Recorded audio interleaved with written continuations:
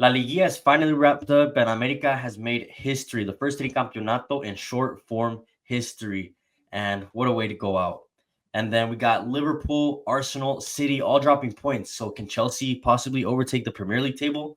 I guess we'll see. And then Real Madrid, Barcelona, both not wanting to take on the responsibility of winning the La Liga title. Atletico can possibly get ahead of both of them if both teams are unable to get wins in the next few matches. Hello and welcome back to another episode of Charla Football. I'm your host as always, Gerardo, accompanied by Tomas. And I know it's been a few weeks since we've done a video. I was out on vacation and yeah, just enjoying some family time. But we're back and we have a lot of things to catch up on. Even Pachuca, I want to talk about Pachuca, the Botafogo match, and now they're going to play against Real Madrid on Wednesday. So we're going to definitely talk about that as well. But yeah, there's so much football. Liga MX is done. Premier League title is just it's crazy right now, and then the La Liga title is just as crazy, pretty much. So, but before we get into everything, make sure you guys like, subscribe, check out all our platform links down below. And Tomas, thank you for hopping on. I know it's been a minute since we've done a video, so tell me, have you missed me a little bit or not?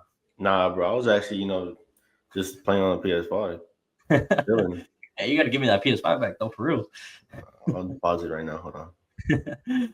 But yeah, let's go right into the Liga MX final because that's where the most of the excitement was this weekend.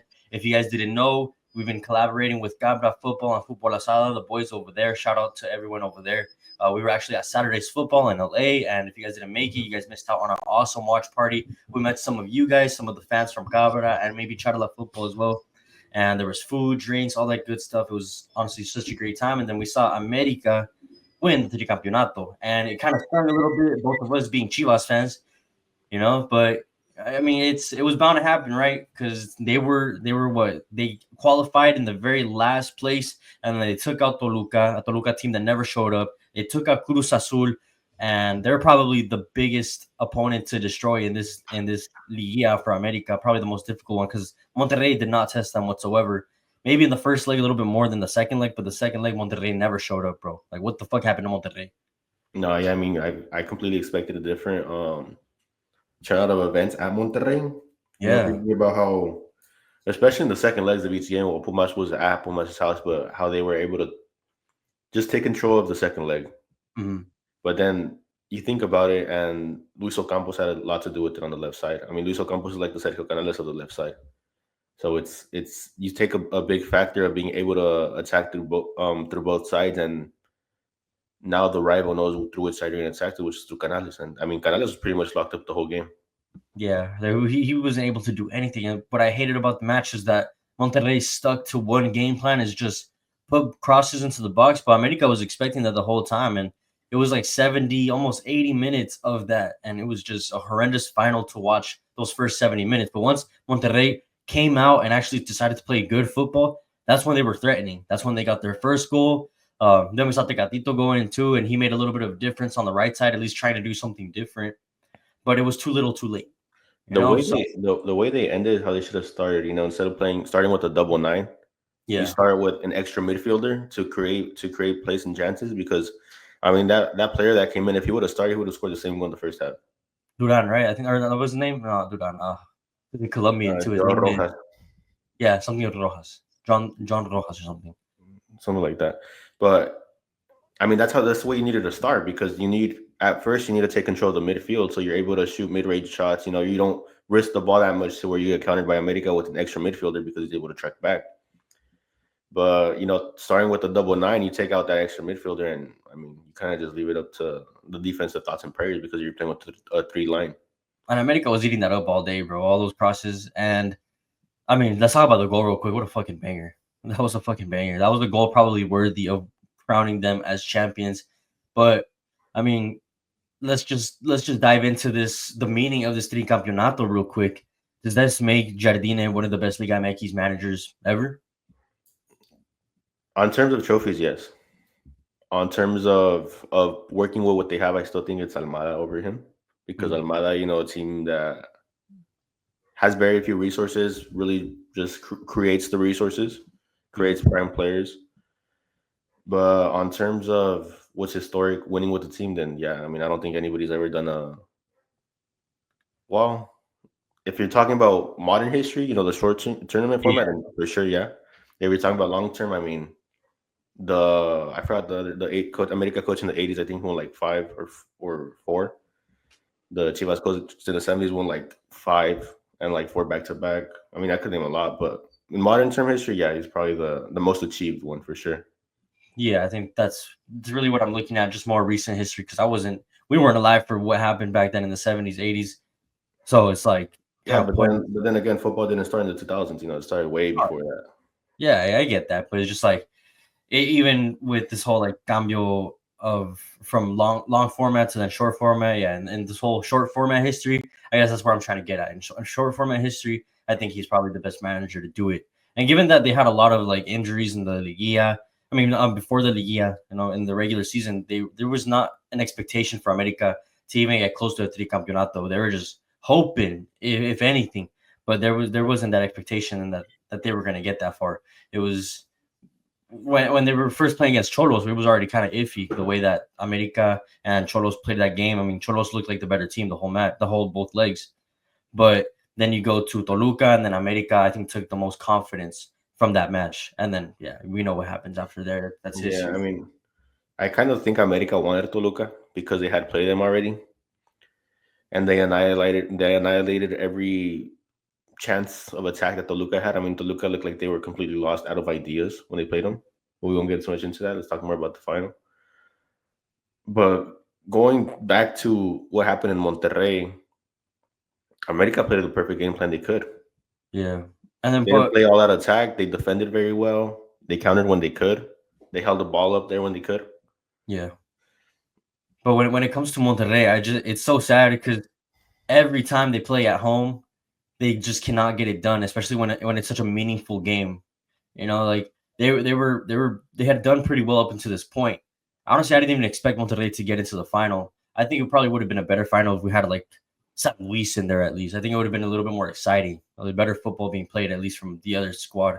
No, I But was watching a Argentinian that watched Liga MX. It was like Monterrey tiene que destruir su estadio, tiene que demolerlo, and it's I true. was 'Cause, like, how are you gonna play like that in front of your fans, bro? It was an electric stadium. It was full, and it's probably one of the first times that I've seen BBVA full in a while. Like that, like where there's so much passion, and energy. You saw the tifos displayed, like all the fans were in sync. Like it was loud. You can hear it like just from the TV. Like that was insane.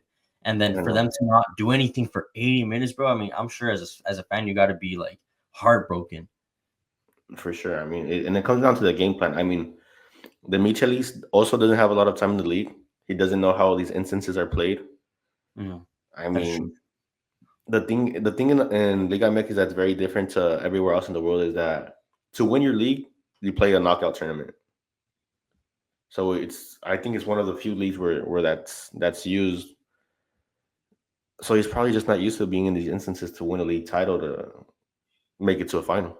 Yeah, and he looked so calm throughout the whole match too. Like, and I mean, the first sub didn't even come until the almost 70th minute. That's when he put in. Um, Actually, no, never mind. He made two subs at the second half, the beginning of the second half, but then that wasn't working. And I feel like he could have brought in someone like the Gatito way earlier. Probably would have made a bigger difference if he brought him in at the half as well.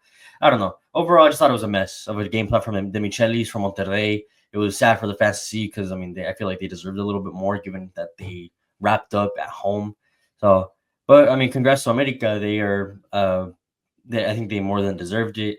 Even though the what was it, the semifinal was a little bit controversial. The whole penalty was a little controversial, but that's just kind of what you get when America wins the title. Now, I guess it's just expected a little bit of controversy, but we won't get too deep into it because at the end of the day, I think they are rightful winners. They eliminated all the best teams. The best teams, they should have done a little bit more. She should have expected to do a little bit more as well. But now let's you kind of brought up Pachuca, so let's talk about Pachuca real quick. I don't want to go do it too in depth because we still got that game on Wednesday in hand against Real Madrid, and that's going to be a spectacular game to watch. I mean, who would have thought at the end of the year we'd be watching Pachuca versus Real Madrid, bro? I would have thought. I bet on it actually. Put $5 in. Like the way it went down, I mean, they eliminated the Copa Libertadores winners, the Brasileirao winners in Botafogo. Farmers, They eliminated the African winners, the farmers. Egyptian Kings in Al Ali. And I mean, when they played against Botafogo, they made Botafogo look like Mazatlan, bro. They completely played them off the bark. And then Al-Ali, I feel like, was a bigger test for Pachuca than Botafogo was. And yeah, you can make the excuse for Botafogo that they had just played on Sunday, their championship winning match. They had to travel all the way to Qatar, but I mean, Pachuca had to travel just as far as well. And I mean, I don't think you can make any excuse. I mean, if you're a Botafogo player and you hear like, oh, if you win these 2 games, you get to play against Real Madrid, like who would want to take that opportunity? But it just seems like Pachuca wanted it more. The thing that happened, or I think happened with Botafogo, is that, well, first of all, a lot of Botafogo fans say that, oh, we started 4 bench players. Okay, They all came in after. All those four bench players played at least more minutes than Pachuca played these 6 months. That is true. That is true. Because Pachuca didn't even make it to Liga. There's no Copa MX. They were just sitting at home, bro, doing nothing. Bro, waiting. They were literally just training, maybe going on jogs, but they weren't playing any direct competition. They weren't playing the best of South America. Exactly. It's not the same as being in competition, like you said right now. Like a lot of people make that excuse where it's like Botafogo didn't have a break. You know, they had just played. Pachuca had a break, but we've seen in multiple instances, sometimes that break is the worst thing that can happen to a team because you're kind of disrupted from your flow. Exactly. And I mean, we see that in the Liga MX right now. That's the reason that they're taking off the play-in tournament, because they think it disrupts the 1 through 4 teams, and it probably does, to be honest. Because I mean, Toluca was knocked out by America after being inactive, and I mean, it happened last year too. Versus Tigres, when Tigres played San Luis, San Luis knocked them out, and it happens in these instances. And I'd rather be the team that's coming in with flow, you know, playing regularly, playing like a game 5 days ago, 6 days ago, than to be the team that hasn't played in a month and a half. Or a month. Yeah, exactly. No, yeah. And that's I don't understand that excuse. So, but yeah, no, Pachuca now they're going to play probably the most important game in Mexican history, at least of recent time. I think the last time I could probably think of such an important match was when Tigres played against Bayern Munich. But, I mean, they were playing an incredible Bayern Munich team. And now they're going to, in this case, Pachuca are an incredible team. They're working with a lot of youngsters. They play good football.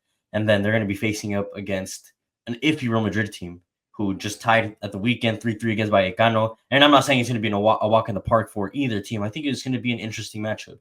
And I think Liga MX will definitely surprise the world, whether it's winning the match or at least showcasing some moments of brilliance and putting Real Madrid in some moments of pressure. At least that's what I'm hoping, right? As a Liga MX fan. Yeah, no, for sure. Because looking back at a Tigres versus Bayern Munich game, you kind of thought it was a wrap for Tigres, you know, and they were able to hold off Bayern Munich for a long time. And then Robert Lewandowski uses his elbow to score a goal. The ref allows it because, you know, he's paid by FIFA.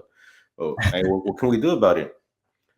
And now it's going into Pachuca. But the difference in this team, I feel like Pachuca is the team that comes in with a better, just a more constant team. A team that you know, won 2 back-to-back games. Yes, they won 1 on penalties, but I mean, Real Madrid is going to just a terrible rough patch right now.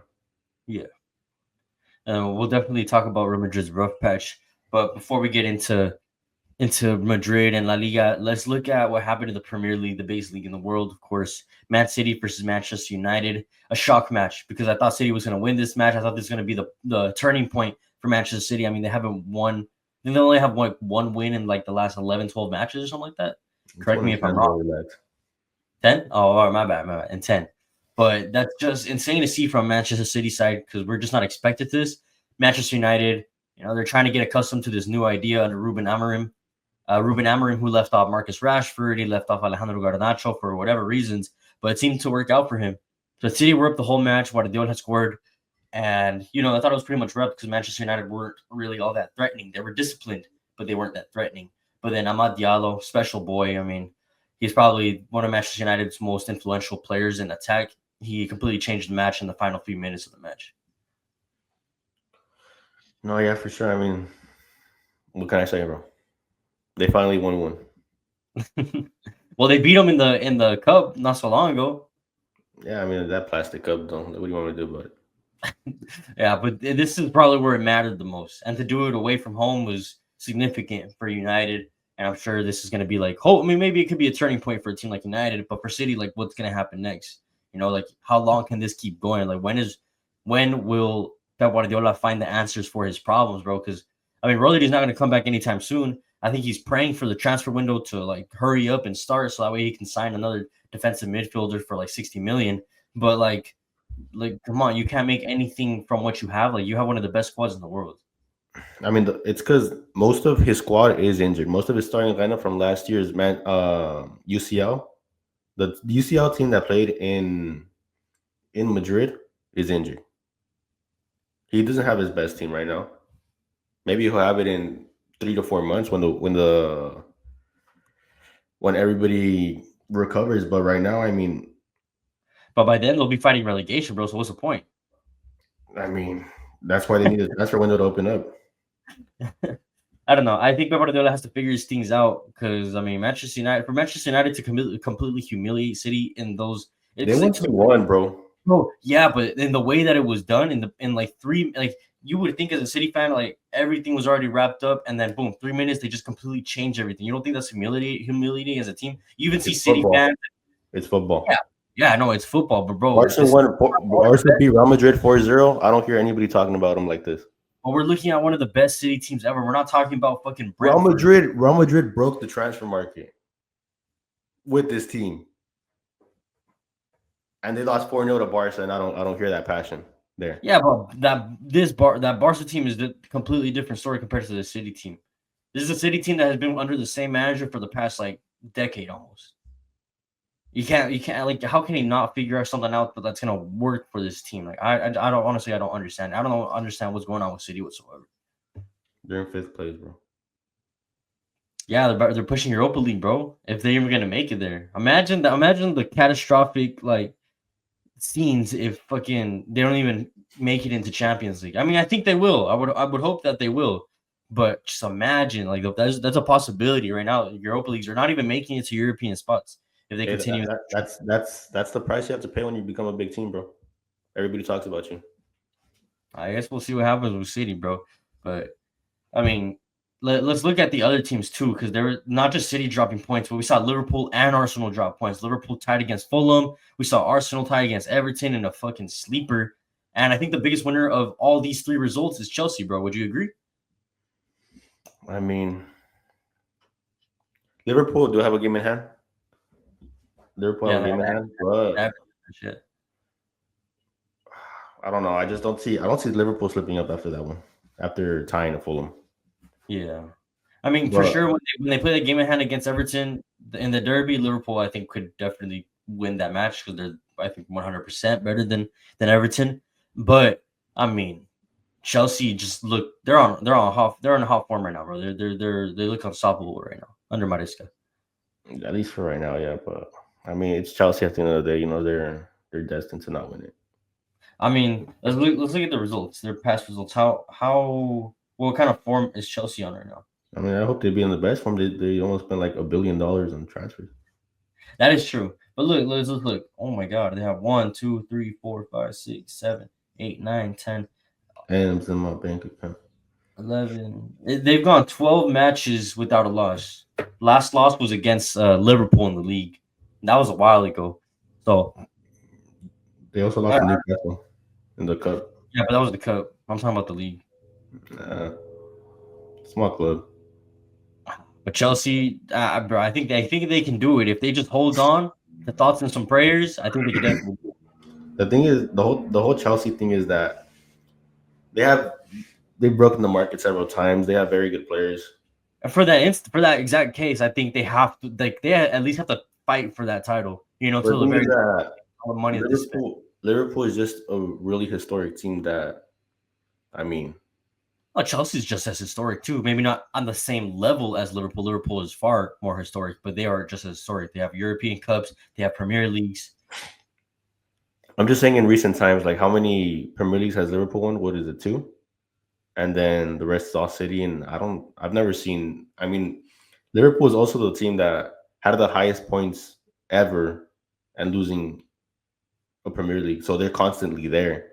Yeah. I just don't see Chelsea constantly there like that. I honestly believe that Liverpool deserves it more than Chelsea. because of what they went through. Hold on. Because of what they went through last season. Mm-hmm. I mean, we'll see. I mean, I would hope that Chelsea can at least make the title race a little bit more interesting. That way, we have Liverpool fighting for the title along with Chelsea, along with City, and along with Arsenal. I think that would be the best case scenario as a neutral fan, because I mean, at this point, it can swing either way. I guess it just depends on Liverpool though, not slipping up. Yeah. Well, the thing is, like, if City gets, let's say they buy, there's just one La Liga player that they want to buy, center defensive, but I think he's like 23 years old. Forgot his name. Zubimendi, Is that him? What do you play for? for Sociedad, I think it might be him. But Spanish player. the thing is that center defensive mid, yeah, he's Spanish, would have to accustom to the Prem, and the Prem's really, it's much faster than La Liga, much faster. And I mean, it's taking technicality and putting it to speed. So I don't think. I think whoever they sign, it's not going to be an instant hit right away. It's going to take them at least half of the season till like the end of the season for them to feel accustomed to the playing style in the Premier League. So regardless, I don't think any of their issues are going to be fixed within the transfer market. I think it all depends on, like you said, the return of some of these injured players, mainly just their starting defenders, because they got Guardiola. He's probably the best player back there, but Kyle Walker's shadow of his former self. You're missing Ake and Akanji. The thing with Ake and Akanji is that when they go in, they allow Stones to play a 6th position, and right now Stones has to be in the back. Mm-hmm. So that's really the big difference. That's really the hope, because when Akanji or Ake come in, they can take that center back position and push up Stones into the 6th, because that's really where they developed him to play in these past few seasons. He's been playing as a center back, yes, but he pushes up as a 6, like a second 6 with Rodri. Yeah, that's how he's been playing. Yeah. So I mean, we'll see what happens, but that'll help a lot, because playing without a 6, I mean, it's almost impossible. Yeah, especially a quality number 6 like Rodri, of course. Yeah. Now let's move over from the Premier League. Let's go to Spain and La Liga, where things are just as weird as the Premier League. I mean, you have the 2 title contending teams in Madrid and Barcelona not looking like they don't even want to win the league. They're both dropping points every single week, but Barcelona haven't won a game in La Liga in the past like 4 or 5 matches. Real Madrid are like, they'll win one, they'll draw, then they'll lose. I think they've like dropped points in the past like 3 or 4 matches as well. Let me just double check that real quick. I was looking at the memes. It was like Barca lost 2-1. Take the lead, bro. Real Madrid lost 2-1. Now you take it. Yeah, no, that's exactly how they're playing right now. They have 1 win in the past 4 matches, I believe, Madrid. Then they just dropped points this weekend against Rayo Vallecano in a match that they had almost resolved, because Rayo was up 2-0. Then Madrid, they take over. I think they were up 3-2, and then in the last few minutes, that's when Vallecano ties the match, and then it stays 3-3 in a fucking crazy, thrilling match. And then for Barcelona, I mean, you thought that this game was wrapped up from the beginning, because they were playing a Leganés team who are not that threatening in the league, but I mean, and a Barcelona team that they didn't make any crazy substitutions. The only rotation they had made was Eric Garcia for Pau Cubarsí, which you wouldn't think would be that influential, but they concede in the first 4 minutes off of a corner, off of a set piece, and then Leganés just held on for dear life, and that's all it took. They could not figure out what to do in that match, Barcelona, and both of them they're like completely slipping up in the title, when 1 month ago we would have thought Barcelona were flying away with this title. And I remember I even said that on this podcast. I said that Barcelona were flying high. Like, I think they're 100% guaranteed the La Liga title, because how are they going to slip up if they're playing the way they are? But I mean, I don't know what happened to that team from a month ago. They don't look the same. I don't know if it's fatigue or too much rotation here and there. I really don't understand what's going on with them. But now Atletico, they're on a great run of form. They have 11 matches with a win, and I mean, now I think they're either 2 points or 1 point behind Barcelona. And I mean, I think they have either a game in hand or on same amount of games. But I mean, Atletico can take on both Madrid and Barcelona for that title if they really wanted to, bro. I mean, With Atletico beating Getafe, that actually put them at 38 points, so they're tied with Barcelona. Yeah, They're above Madrid.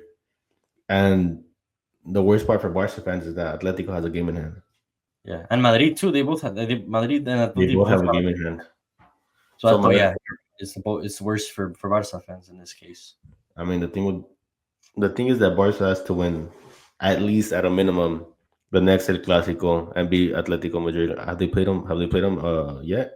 No, they're gonna play them actually this weekend, so that's gonna be a direct like title contending matchup right there. So on Saturday Yeah. they're against Atletico, and it's looking like it's gonna swing Atletico's way because I think they're gonna be playing in Montjuic in Barcelona. But I just if they lost 1-0 against Leganes at their home, like how are they gonna take on a fucking hot in form Atletico team? You know, that finally have figured out what they need to do. Because I remember at the beginning of the season, Atletico were just like dropping points like crazy. We both thought that there was no way they were gonna recover, but they've done it, bro. Now they're back in the title race, and Cholo Simeone has figured out whatever he needed to figure out, and the team's looking good. Yeah, So, completely. so for Atletico, I mean, this is basically the league is in their hands if they continue with this hot form. But it's with La Liga and with teams like Atletico, with the way Real Madrid's playing, with the way Barcelona's been playing, I wouldn't bet my money on any of them, like or on one of them at least. Honestly, the thing with Barca is that in big games they do show up, like versus Madrid or versus Atletico Madrid. They take it very personal because Yeah, of how they've been battered since 2015 here. But it's the games where I think they get like the smaller games, I guess if you want to call it, with all due they're respect, overconfident. they get overconfident when you're playing against a team like Getafe or a team like Leganes. They think like, okay, this should be an easy win. Then you see the other team, Leganes team, taking the lead early, and they just kind of in a shocked state of mind with no answers for what they need to do to overcome the match. And that's what happened this weekend for Barcelona. That's what happened for Real Madrid against Rayo Vallecano. And I mean, Atletico are just completely taking advantage of it, and they can definitely win La Liga if they stay up like this. I But feel like what plays the factor is that they're so young. They don't know how to come oh out yeah, in moments. Yeah, like they're like, oh, it's Getafe. Like, oh, they don't have that experience experience. for Getafe. This is Getafe's game to show out because they want to be Barcelona Yeah, or they want to everybody be wants Madrid. to Right? beat. Yeah, Everybody wants to beat the big two teams. Even Atletico exactly. Madrid, they know it's going to be a tough game. Yeah. I feel I feel like it's a lot more difficult for smaller teams to play against a team like Atletico versus Real Madrid and Barcelona because both those teams are so vulnerable at the back. Atletico, I mean, are just as vulnerable, but I feel like they have figured themselves out just a little bit in the past month or so. But that kind of What Atletico Madrid figured out is you can't attack me if I have the ball. that is true. That is very true. They possess the ball for longer spells of time. That helps them a lot. But that kind of wraps up so far what we've seen this weekend. It was good to finally be back and talk some footy, Tomas. Thank you for hopping on, and I guess For having me, bro. we'll keep in touch with what's going to happen in the Premier League and La Liga. Liga MX is going to be on a little break, but make sure you guys tune into that Pachuca Real Madrid match because we definitely will be, and we're going to be reacting to the match right after. Make sure you guys like, subscribe, and check out our other videos. And we'll see you guys on the next one. Peace out. Thank you. So.